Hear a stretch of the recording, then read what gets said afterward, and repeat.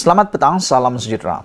Selepas pengumuman bajet keuangan tahun 2023 oleh Anwar Ibrahim, beberapa NGO ataupun beberapa pertubuhan telah pun tampil menyatakan beberapa kekecewaan mereka. Yang paling ketara ialah QPEC. QPEC mengatakan bahawa mereka sangat kecewa dengan bajet 2023 kerana tidak ada kenaikan. Kerana tidak ada kenaikan gaji seperti yang diharapkan berlaku. Hal ini kerana menurut QPEC, apa yang dibentangkan oleh Datuk Seri Anwar Ibrahim tidak mampu menyelesaikan tekanan kos sara hidup penjawat awam. Namun demikian, tampil Zahid Hamidi mempertahankan bosnya, iaitu Anwar Ibrahim. Kerana kalau kita tahu Zahid Hamidi tetaplah dia adalah timbalan Perdana Menteri. Dia kata QPEC perlu faham kekangan keuangan dihadapi kerajaan, kata Ahmad Zahid Hamidi. Akibat daripada luahan kecewa oleh QPEC yang mengatakan belanjawan 2023 tak mampu selesai tekanan kos sara hidup penjawat awam, Zahid kata QPEC perlu memahami kekangan keuangan. QPEC mengatakan bahawa belanjawan yang baru dibentangkan oleh Anwar Ibrahim dilihat tidak mampu menyelesaikan masalah tekanan kos sara hidup yang dihadapi oleh penjawat awam ketika ini. Presiden QPEC, Datuk Adnan Mat, berkata, tiada sembarang komitmen yang diberikan oleh kerajaan untuk menilai semula sistem saraan baharu perkhidmatan awam melalui model gaji dan upah yang mampu meningkatkan pendapatan penjawat awam supaya lebih baik berbanding peningkatan kos sara hidup.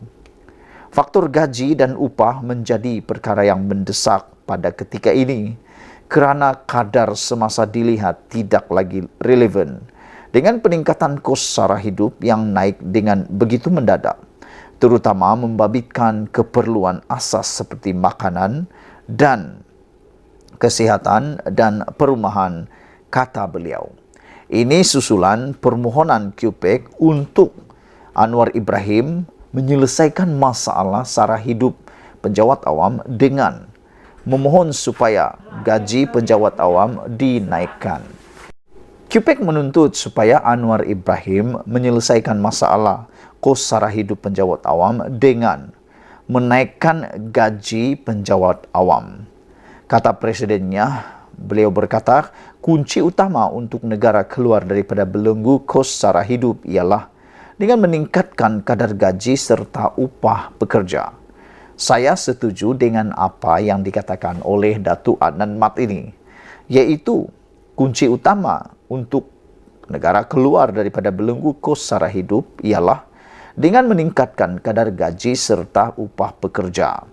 Menurut Presiden QPEC, faktor gaji dan upah menjadi perkara yang mendesak ketika ini kerana kadar semasa dilihat tidak lagi relevan dengan peningkatan kos sara hidup yang mendadak, terutama membabitkan keperluan asas seperti makanan, kesihatan dan perumahan. Tambahan pula, sistem saraan perkhidmatan awam yang diguna pakai ketika ini sudah lama tidak dikaji, iaitu sejak November tahun 2002 lagi dan tidak lagi sesuai dengan persekitaran ekonomi semasa. Bayangkan saudara-saudara sekalian, semakan kepada gaji ataupun kajian kepada sistem saraan perkhidmatan ini hanya dibuat sejak November 2002 lagi. Sekarang sudah tahun 2023.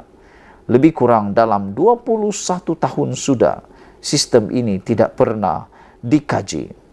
Jadi memang tepat Presiden QPEC ini katakan, QPEC turut mengharapkan sebuah sistem saraan yang baru dengan model gaji dan upah yang mampu meningkatkan pendapatan rakyat lebih baik berbanding peningkatan kos sara hidup, katanya.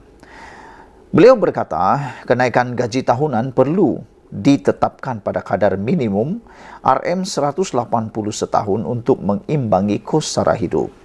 Dalam hal pemilikan perumahan pula, QPEC berharap ada berita gembira yang diberikan oleh kerajaan melalui belanjawan itu. Saudara-saudara sekalian, apabila Zahid Hamidi kata, QPEC perlu faham kekangan kewangan dihadapi kerajaan, itu menimbulkan kedinginan daripada QPEC sendiri. Datuk Seri Dr. Ahmad Zahid Hamidi menegaskan QPEC perlu memahami kekangan kewangan yang dihadapi kerajaan ketika ini. Ia berikutan, QPEC dilaporkan kecewa kerana belanjawan 2023 dibentangkan Perdana Menteri Datuk Seri Anwar Ibrahim semalam dilihat tidak mampu menyelesaikan masalah tekanan kos sara hidup yang dihadapi penjawat awam. Timbalan Perdana Menteri itu menjelaskan kerajaan sentiasa berusaha untuk memenuhi harapan dan permintaan penjawat awam di sebalik kekangan kewangan sedang dialami mereka. Namun, beliau berkata, sebanyak RM46 bilion daripada RM388.1 bilion diperuntukkan dalam belanjawan tahun 2023 adalah untuk membayar faedah utang. Misalnya, elemen dan wang pension yang terpaksa dibayar. Itu adalah kos tetap yang harus ditanggung oleh pihak kerajaan. Saya fikir QPEC sebagai sebuah organisasi yang menjaga kepentingan penjawat awam tentu memahami situasi ini, kata beliau. Pada hemat saya, kata Zahid Hamidi, Perdana Menteri juga memberi keprihatinan tinggi kepada permintaan penjawat awam. Ini termasuk memberi bonus khas sebanyak 700 sempena Aidilfitri dan 350 bagi pesara. Beliau yang juga Menteri Kemajuan Desa dan Wilayah berkata demikian kepada pemberita selepas mengadakan lawatan kerja ke Lembaga Kemajuan Terengganu Tengah ke Tengah.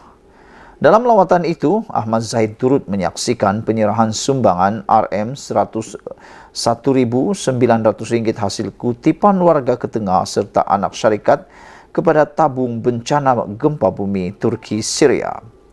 Presiden QPEC Datuk Adnan Mat ketika mengulas mengenai belanjawan 2023 dalam satu kenyataan semalam, berpandangan tiada sebarang komitmen diberikan kerajaan untuk menilai semula sistem saraan baharu perkhidmatan awam melalui model gaji dan upah yang mampu meningkatkan pendapatan awam supaya lebih baik berbanding peningkatan kos sara hidup, kata beliau lagi.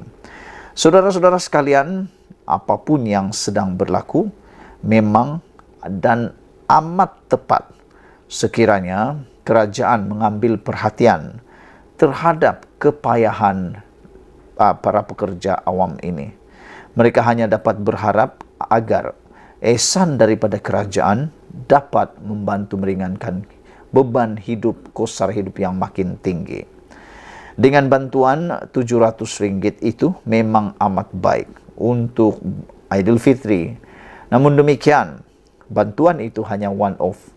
Bantuan one-off ini tidak berkekalan. Kalau dapat dikekalkan itu baik. Dan kalau dapat dinaikkan gaji pun itu baik. Itu sebabnya apabila QPEC mengharapkan sebuah sistem saraan baharu dan model gaji dan upah yang mampu meningkatkan pendapatan rakyat lebih baik berbanding peningkatan kos sara hidup. Kenaikan gaji tahunan perlu ditetapkan pada kadar minimum 180 setahun untuk mengimbangi kos sara hidup, kata Presiden QPEC. Sekian dulu untuk kali ini. Jangan lupa tinggalkan komen Anda, tekan butang subscribe. Kita jumpa lagi. Bye-bye.